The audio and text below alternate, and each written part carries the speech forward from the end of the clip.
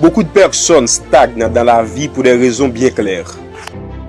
Et c'est très bien d'acquérir l'intelligence, les compétences, des capacités à surmonter à quelconque difficulté. C'est merveilleux.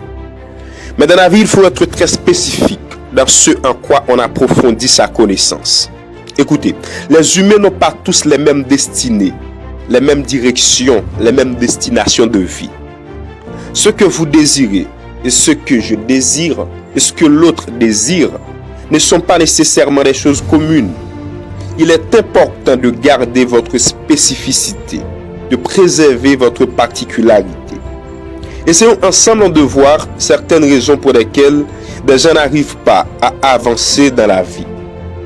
Ça peut être vous, car je ne sais pas ce que vous faites dans la vie. Peu importe ce que c'est, je suis convaincu que vous en tirez quelque chose. Nous allons tous à l'école pour étudier les mêmes bêtises pendant de longues années. Mais attention, ce qui sera utile à Roger ou à Joseph ne sera nécessairement pas utile à votre vie. Écoutez, chaque discipline dans la vie nécessite un équipement précis, un ensemble de fournitures qui permettent d'optimiser vos efforts vers un objectif choisi. Équipez-vous en fonction de votre destination et non en fonction de vos envies du moment. Une vie réussie n'est pas une succession d'improvisations, une suite de décisions irréfléchies prises sur le coup au gré des humeurs passagères, mais plutôt une construction méthodique et raisonnée utilisant des matériaux adéquats, glanés ou accumulés au fil des ans. On est ensemble. Frères, écoutez, en fonction de vos objectifs de vie, identifiez et dotez-vous de l'équipement adéquat, des atouts qualificatifs et quantitatifs appropriés liés à votre sphère d'activité. Un équipement mal adapté est un catalyseur d'échec, quelle que soit sa beauté. Des talons de guille, c'est un handicap dans un match de football. Un maillot de bain n'est pas utile à l'occasion d'un entretien d'embauche. De même, l'art oratoire n'est pas utile dans une salle d'opération, mais indispensable dans un tribunal. Ce qui est utile à Y n'est pas nécessairement utile à X. Ce qui est indispensable à Jacob n'est pas forcément utile à Joseph, à Junior ou à Josué. Un équipement, rappelons-le, c'est défini comme un ensemble de matériel nécessaire à une activité précise.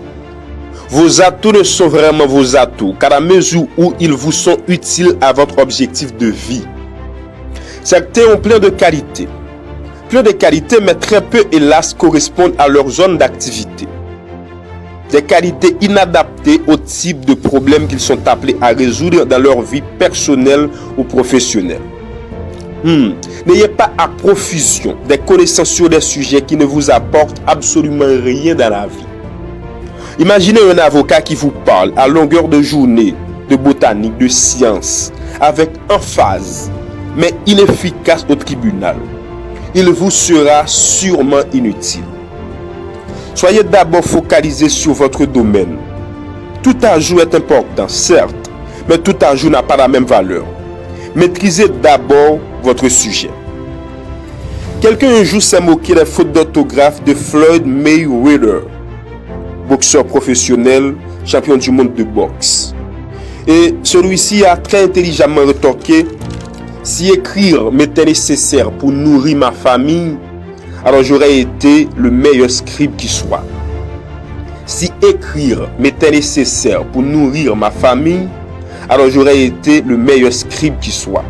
En effet, ne pas savoir écrire à la perfection n'était en rien un handicap pour sa carrière de boxeur. Par contre, dans le domaine qu'il nourrissait sa famille, il était le meilleur. Il entra dans l'histoire comme l'un des plus grands boxeurs de tous les temps. Personne ne se souviendra de ses lacunes en grammaire, peut-être bien de sa richesse et de sa carrière. Vous n'êtes pas pas obligé d'être excellent en tout. Ayez des priorités. Quoi que l'on fasse, on ne peut pas acquérir de l'habileté ou de la dextérité dans tous les métiers du monde. C'est impossible. Nous n'en avons jamais la capacité ni le temps. Imaginez-vous une bibliothèque. Il y a tellement de savoir accumulé. Quoi prendre? Quoi laisser? C'est impossible.